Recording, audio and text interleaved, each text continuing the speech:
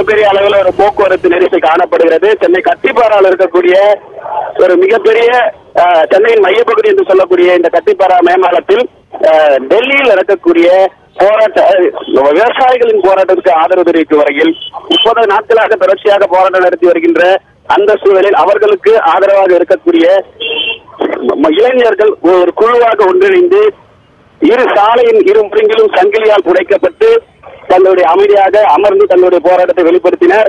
இதனால் இந்த பகுதியில் மிகப்பெரிய அளவிலான ஒரு போக்குவரத்து நெரிசல் காணப்படுகிறது. இந்த பகுதியில் தொடர்ச்சியாக ஒரு அரை மணி நேரத்திற்கு மேலாக இந்த போக்குவரத்து நெரிசல் தொடர்ச்சியாக காணப்படுகிறது. காவல்துறையினர் இந்த போராட்டம் நடத்திய இளைஞர் குழுவை கலைத்த பிறகு தற்போது இந்த பகுதியில் வாகன நெரிசல் அதாவது போக்குவரத்து நெரிசல் சற்று குறைந்திருக்கிறது. தற்போது நிலையில பாத்தீங்கன்னா அதிக அளவுல இந்த பகுதியில வேலைக்கு செல்லக்கூடிய இந்த பகுதி இருப்பதால் பெருமளவுல இந்த போக்குவரத்து நெரிசல் தொடர்ச்சியாக இருந்து வண்ணம் இருக்கிறது. 50-20க்கும் மேற்பட்ட போராட்டக்காரர்கள் இந்த பகுதியில் நடு ரோட்டில் அமர்ந்து சங்கிலியா பிணைக்கப்பட்டு பின்னர் கோஷங்களை எழுப்பி இந்த போராட்டத்தை நடைபெற்றதால் மிகப்பெரிய அளவில் இந்த பகுதியில் போக்குவரத்து நெரிசல் ஏற்பட்டிருக்கிறது. காவல்துறையினர் தற்போது அதிக அளவில் குவிக்கப்பட்டிருக்கிறார். இந்த பகுதியில் மீண்டும் இவர்கள் வருவதற்கான முகாந்திரம் இருக்குமா என்ற ஒரு கோணத்தில் அதிக அளவில் காவல்துறையினர் குறிக்கப்பட்டிருக்கின்றனர். போக்குவரத்து நெரிசல் என்பது அதிக அளவில் இருந்தது. கடந்த அரை மணி நேரம் தொடர்ச்சியாக இந்த போக்குவரத்து நெரிசல் இருந்து கொண்டிருந்த நிலையில் தற்போது அதிகப்படியான காவல்துறையினர் இங்கு குவிக்கப்பட்டுள்ள நிலையில் இந்த போக்குவரத்து சற்று தற்போதுதான் கொஞ்சம் கொஞ்சமாக போக்குவரத்து நெரிசல் விலக்கப்படுகிறது. லோகநாதன், தற்போது இந்த போராட்டம் நடத்திய போராட்டக்காரர்கள் கைது செய்யப்பட்டிருக்காங்க, வாகனத்தில் ஏற்றப்பட்டிருக்காங்க அப்படின்னீங்க. அவர்கள் எங்கே அழைத்து செல்லப்பட்டிருக்கிறார்கள், எங்கே அடைக்கப்பட்டிருக்கிறார்கள்? அது குறித்த முழுமையான தகவல் இதுவரைக்கும் தெரியவில்லை. இது குறித்த இன்னும் சில நிமிடங்களில் காவல்துறை சார்பாக நமக்கு தெரிவிக்கப்படும். இந்த போராட்டமானது விவசாயிகளுக்கு ஆதரவு அளிக்கும் வகையில் ஏற்பட்ட இந்த போராட்டமானது அரை மணி நேரம் நடைபெற்றது. இந்த போராட்டத்திற்கு காவல்துறையினர் அதாவது தற்செயலாக முன்திட்டமின்றி தற்செயலாக நடைபெற்ற இந்த போராட்டத்திற்கு அதிக அளவில் காவல்துறையினர் இங்க குவிக்கப்பட்டிருக்காங்க. லேட்டா தான் வந்திருக்காங்க. அதிக அளவில் தற்போது அந்த காவல்துறையின் இந்த பக்கம் வருவதனால மிகப்பெரிய அளவில் ஒரு போக்குவரத்து நெரிசல் இந்த பகுதியில் ஏற்பட்டிருக்கு. இவர்கள் கைது செய்யப்பட்ட பிறகு எந்த இடத்தில் அடைக்கப்பட்டிருக்கிறார்கள் என்ற தகவல் உடனடியாக சில நிமிடங்களில் தெரிய வரும். ஹலோ, அதே போல இந்த போக்குவரத்து நெரிசல்ல ஆம்புலன்ஸ் மாதிரியான வாகனங்கள் ஏதாவது சிக்கி தவிக்கிறதா? ஆம்புலன்ஸ் வாகனங்கள் அது போன்ற இந்த வாகனங்களும் இங்கு சிக்கி தவிர்க்கக்கூடிய ஒரு நிலையில் இல்லை. பொதுமக்களும் அந்த மாதிரி வாகனங்கள் எதனா வருவது என்று பார்த்தால வழிவிட்டக்கூடிய ஒரு சூழல் தான் இங்கு காணப்படுகிறது. அந்த மாதிரி ஆம்புலன்ஸ் வாகனம் எதுவும் இந்த பகுதியில் வர்றதுக்கான தற்போது அந்த நிலைமை இல்லை. ஆனால் இந்த பகுதியில் கிண்டி சுற்றுவட்டார பகுதியில அதிகப்படியான போக்குவரத்து நெரிசல் காணப்படுவதை நம்மளால் பார்க்க முடிகிறது. லோகநாதன், அதே போல மீனம்பாக்கத்திற்கு வெளியிலேயே டிராபிக் ஏற்பட்டிருக்கிறது அப்படின்னீங்க, வாகன நெரிசல். இதன் மூலமாக அதாவது வெளிநாட்டில் இருந்து வரக்கூடிய வெளிநாட்டு பயணிகள், அதிகாரிகள், இது மாதிரி சென்னைக்குள்ள வரக்கூடியவர்கள் வேறு யாராவது சிக்கி தவிக்கக்கூடிய தகவல் ஏதாவது தெரிகிறதா? அது போன்ற தகவல்கள் தற்போது வரையில் இல்லை. ஆனால் தொடர்ச்சியாக மிகப்பெரிய அளவுல ஒரு போக்குவரத்து நெரிசல் இருக்கக்கூடிய ஒரு சாலையானது ஜிஎஸ்டி ரோட் சாலை. இந்த சாலையில் நார்மலாவே பார்க்கும்போது வாகன நெரிசல் அதிகமாக இருக்கக்கூடிய பகுதி. தற்போது இந்த பகுதி வாகன நெரிசல் அதிகமாக இருக்கிறது. கிட்டத்தட்ட அரை மணி நேரத்திற்கு போராட்டம் நீடிக்கப்பட்ட சூழல்ல அதிக அளவுல போக்குவரத்து ஊர்ந்து செல்லக்கூடிய இதுதான் நம்மளால பார்க்க முடிகிறது. இப்ப பாத்தீங்கன்னா அதிக உயரதிகாரிகள் வெளிநாட்டவர் அந்த போல யாரும் தற்போது வரையில் மாற்றிக்கொண்டவர்கள் அது போல எந்த தகவலும் இல்லை. நீங்க சொன்ன இந்த சாலை ஜிஎஸ்டி சாலை ஒரு மிக முக்கியமான சாலை. திடீரென யாராவது போராட்டம் நடத்தக்கூடிய அளவுக்கு தான் அங்க பாதுகாப்பு இருக்கிறதா? எப்போதுமே காவல்துறையினர் ஒருவர் இருவர் கூட இல்லாத ஒரு நிலைமை இருக்கிறதா லோகநாதன்? இந்த பாதுகாப்பு குறித்து நம்ம சொல்லும் போது பெரும்பான்மை பகுதிகளில் போராட்டம் நடைபெறும் என்ற தகவல் கிடைத்தால் மட்டுமே அதிக அளவிலான இந்த பாதுகாப்பு போடப்படுமே தவிர மற்ற நேரங்களில் இது போன்ற பாதுகாப்பு எதுவும் அதிக அளவில் இங்க இருக்க வாய்ப்பில்லை.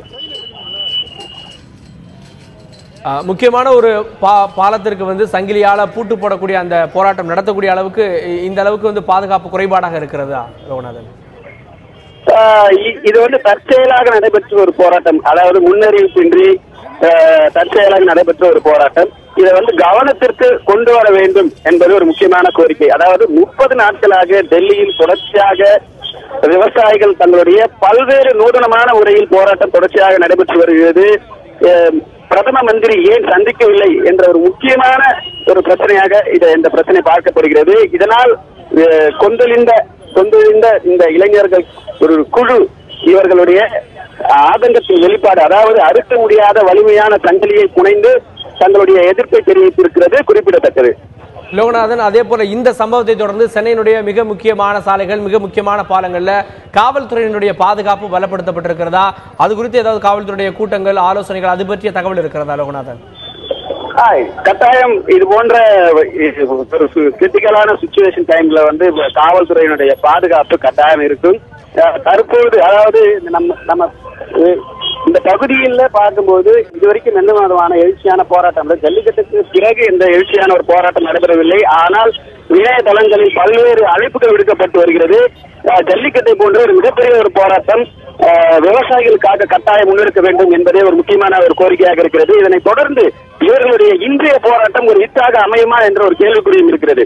அதாவது விவசாயிகளுக்கு தொடர்ச்சியாக தங்களுடைய ஆதரவு இருக்கும் என்று இணையதளங்கள்ல தங்களுடைய கருத்துக்களை பதிவு செய்யக்கூடிய இந்த சூழலில் இது போன்ற ஒரு போராட்டத்தின் மையப்புள்ளி, தொடக்க புள்ளியாக தான் இதை நம்ம பார்க்கணும். ஆனால் காவல்துறையின் சார்பாக இப்பொழுது நடைபெற்ற இந்த போராட்டமானது காவல்துறைக்கு ஒரு முன்னெச்சரிக்கை. இது குறித்து அடுத்த நிகழ்வுகள்ல ஒரு பாதுகாப்பு ஏற்பாடுகள் சிறந்த அளவில் செய்யப்படும் என்று எதிர்பார்க்கப்படுகிறது. லோகநாதன், அதே போல போராட்டக்காரர்கள் 25 பேர் காவல்துறையுடைய வாகனங்களை ஏற்றப்பட்டிருக்காங்க அப்படின்னீங்க. அவங்களுக்கு ஆதரவாக போராடுவதற்கு அல்லது அவர்களுக்கு ஆதரவு தெரிவித்து வேறு ஏதாவது அமைப்பினர் வந்திருக்காங்களா? வேறு ஏதாவது அமைப்பினர் ஆதரவு தெரிவிச்சிருக்காங்களா? காவல்துறை சார்பாக இது போன்ற மற்றும் பல போராட்டங்கள் நடைபெறும் என்ற தகவலை தான் நம்மகிட்ட தெரிவிச்சிருக்காங்க. இது இதோட முடியாது, ஆனா இது தொடர்ந்து பல்வேறு போராட்டங்கள் நடைபெறும் என்ற ஒரு தகவல் மட்டும் நம்மகிட்ட தெரிவிச்சிருக்காங்க. பல்வேறு அமைப்புகள் அவங்க சார்பாக விவசாயிகளுக்கு ஆதரவாக போராட்டம் நடைபெறதுக்கான வாய்ப்புகள் இருக்கு. அதே போல அந்த பகுதியில பள்ளி கல்லூரிகள் இருக்கிறதா? அங்கே வரக்கூடிய மாணவர்கள் இந்த போக்குவரத்து நெரிசல் மூலமாக பாதிக்கப்பட்டிருக்கிறார்களா? அதாவது கிட்டத்தட்ட ஒரு 9:30 மணிக்கு மேலாக காரணத்தினால பள்ளிகள், அதாவது 9 மணிக்குள்ளாகவே இயங்கக்கூடிய இந்த சூழலில் பள்ளி மாணவர்கள் எந்த விதமான பாதிப்பு இருப்பதாக நம்மளால பார்க்க முடியல. ஆனா கல்லூரிக்கு செல்லக்கூடிய மாணவர்கள் இதிலான பாதிக்கப்பட்டிருப்பார்கள் என்று எதிர்பார்க்கப்படுகிறது. லோகநாதன், தற்போது நீங்க சொன்னீங்க 1/2 மணி நேரம் ஆகிவிட்டது அப்படின்னு. வாகனங்கள் ஓரளவு சீர் செய்யப்பட்டிருக்கிறதா? அந்த பாலத்தில் இருந்து எவ்வளவு தூரத்திற்கு வாகனங்கள் இருக்கிறது? கட்டாயமாக சொல்லலாம், ஓரளவிற்கே சீர் செய்யப்பட்டிருக்கிறது. அதாவது கிட்டத்தட்ட இந்த மீனம்பாக்கத்தை தாண்டி வரையிலான இந்த போக்குவரத்து நெரிசல் தொடர்ச்சியாக இருக்கிறது. ஒரு 100க்கும் மேற்பட்ட காவல்துறையினர் தொடர்ச்சியாக இந்த போக்குவரத்தை சீர் செய்யும் பணியில் தொடர்ந்து நடைபெற்று வருகின்றனர். தற்போது ஒரு அளவிற்கு இந்த வாகன நெரிசல் குறைந்திருப்பது என்பதை கூறலாம். அதே போல நீங்க சொன்னீங்க மற்ற இடங்களில் போராட்டம் நடத்துவதற்கு வாய்ப்பு இருப்பதாக காவல்துறையினர் தெரிவிக்கிறாங்கன்னு.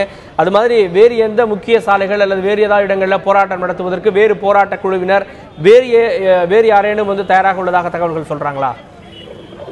இந்த போராட்டமானது ஒரு தொடக்க நான் முன்பே குறிப்பிட்டிருந்தேன். இதை தொடர்ந்து பல்வேறு அமைப்புகளின் ஆதரவு இருக்கிறதாக காவல்துறை வட்டாரங்கள் நமக்கு தகவல் தெரிவித்திருக்கிற சூழலில் கட்டாயம் நடைபெறலாம். ஆனால் அது எந்த அளவுக்கு சாத்தியம் என்பதில்லை. ஆனால் இணையதளங்களில் இளைஞர்களின் எழுச்சி தொடர்ந்து விவசாயிகளுக்கான ஆதரவு பெருகி வரக்கூடிய இந்த சூழலில் ஜல்லிக்கட்டு போன்ற ஒரு மிகப்பெரிய போராட்டம் வெடிக்குமா, அந்த ஒரு கோணத்திலே காவல்துறையினர் பார்த்து வருகின்றனர். அது போன்ற ஒரு நிகழ்வு நடைபெறக்கூடாது. ஏற்கனவே இது உலக அளவில் திரும்பி பார்க்கக்கூடிய ஒரு போராட்டமாக அமைந்தது. இது போன்ற மற்றும் ஒரு போராட்டம் வரக்கூடாது என்பதற்காக காவல்துறையினர் ஒரு மும்முரமான ஒரு பணியில் ஈடுபட்டு வருகின்றனர். IS துணையோடு உளவுத்துறை தகவலோடு இந்த போராட்டமானது முன்கூட்டியே தகவல் அறிந்து வாட்ஸ்அப்பில் பரவக்கூடிய செய்திகள் வருவதற்கு முன்னதாகவே காவல்துறையினர் அந்த பகுதிக்கு செல்வதை நம்மளால் பார்க்க முடிகிறது. லோகநாதன், அதே போல தமிழக அரசு விவசாயிகளின் போராட்டத்திற்கு துணை நிற்கும் அப்படின்னு நிதியமைச்சர் சற்று முன்பு அறிவித்தார். இந்த ஒரு நேரத்தில் இந்த போராட்டம் தொடர்பாக தமிழக அரசினுடைய பிரதிநிதிகள், அதிகாரிகள் யாராவது போராட்டக்காரர்களோடு பேச்சுவார்த்தை நடத்துவதற்கு வருகிறார்களா? அது சம்பந்தப்பட்ட தகவல் ஏதாவது இருக்கிறதா? போராட்டக்காரர்கள் இங்கிருந்து அப்புறப்படுத்தப்பட்ட இந்த சூழலில் அதுபோன்ற நிகழ்வு எதுவும் நடைபெறுவதற்கான வாய்ப்புகள் இல்லை. தற்போது தொடர்ச்சியான ஒரு போராட்டமாக இங்கு களம் காணப்பட்டிருந்தால் மட்டுமே இதுபோன்ற நிகழ்வுகள் நடப்பதற்கான வாய்ப்புகளும் முகாந்திரமும் உள்ளது என்பதை நான் தெரிவித்துக் கொள்கிறேன். நீங்க சொன்னீங்க போராட்டக்காரர்கள் 25 பேர் காவல்துறையுடைய வாகனங்களை வைக்கப்பட்டிருக்கார்கள் அப்படின்னு. இவர்களே தொடர்ந்து போராட்டம் நடத்துவதற்கு நீங்க சொன்ன மாதிரி மண்டபங்களில் அடைக்கப்பட்டு அதன் பிறகு விடுவிக்கப்பட்டால் இவர்களே தினந்தோறும் போராட்டத்தை நடத்துவதற்கு, தொடர்ச்சியாக போராட்டங்களை நடத்துவதற்கு ஏதாவது திட்டம் வகுத்திருக்கிறார்களா? இதை வந்து நம்ம யூகிக்க முடியாது. ஆனால் இந்த போராட்டமானது எழுச்சியானது தற்போது தான் தொடங்கி இருக்கிறது. இதற்கான முகாந்தரம் மட்டுமே நம்ம பார்க்கணும். விவசாயிகளினோட கடன் பிரச்சனை இது முன்குறித்து இவர்களுடைய போராட்டமானது அமைந்திருக்கிறது. இந்த போராட்டம் எழுச்சியின் ஒரு முதல் படியாகவே நம்ம பார்க்க முடியும். தொடர்ச்சியாக அவர்களுடைய போராட்டத்தை முன்னெடுக்கலாம் என்று எதிர்பார்க்கப்படுகிறது. அதே போல தற்போது நாம் பார்க்கக்கூடிய காட்சி வந்து போக்குவரத்து ஓரளவு சீரடைந்திருப்பதை காட்டக்கூடிய காட்சிகளாக இருக்கிறது. அந்த இடத்துல போக்குவரத்து நெரிசல், அதாவது எவ்வளவு நேரம் வெயிட் பண்ணி போகக்கூடிய ஒரு சூழல் இருக்கிறது வாகன ஓட்டிகளுக்கு லோகநாதன்? கட்டாயம் சொல்லலாத ஊர்ந்து செல்லக்கூடிய காட்சிகளை நம்மளால பார்க்கலாம். ஊர்ந்து செல்லக்கூடிய காட்சிகளை தான் நம்ம பார்க்கிறோம். இந்த பகுதியில பாத்தீங்கன்னா அதிகப்படியான போக்குவரத்து நெரிசல் காணப்படுகிறது. அதாவது கிட்டத்தட்ட மீனம்பாக்கத்திலிருந்து வரக்கூடிய அனைத்து வாகனங்களும் ஊர்ந்து செல்லக்கூடிய ஒரு நிலைமை ஏற்படுகிறது. அதாவது போரூர்ல இருந்து வரக்கூடிய கிண்டி வழியாக செல்லக்கூடிய அண்ணா சாலை வழியாக செல்லக்கூடிய பேருந்துகளும் மற்றும் வாகனங்களும் ஊர்ந்து செல்லக்கூடிய நிலைமையிலே இருக்கப்படுகிறது.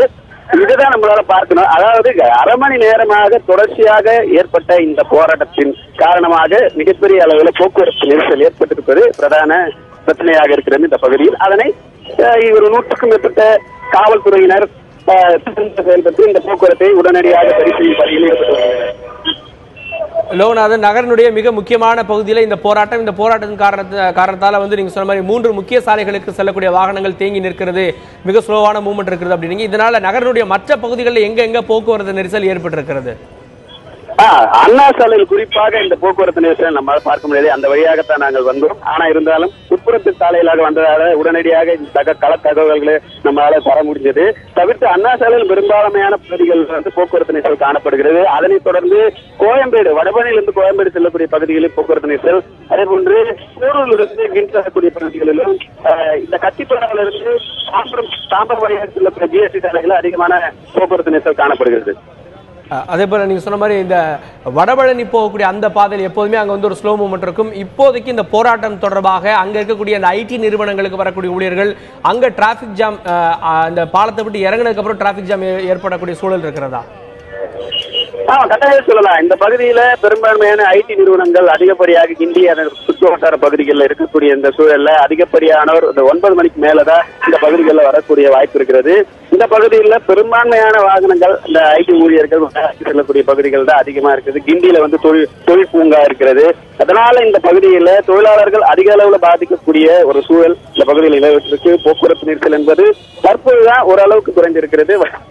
தொழிலாளர்கள் தங்களுடைய பணிக்கு காலதாமதம் செய்யக்கூடிய ஒரு சூழல் இந்த போராட்டத்தின் மூலமாக உருவாகி இருக்கு.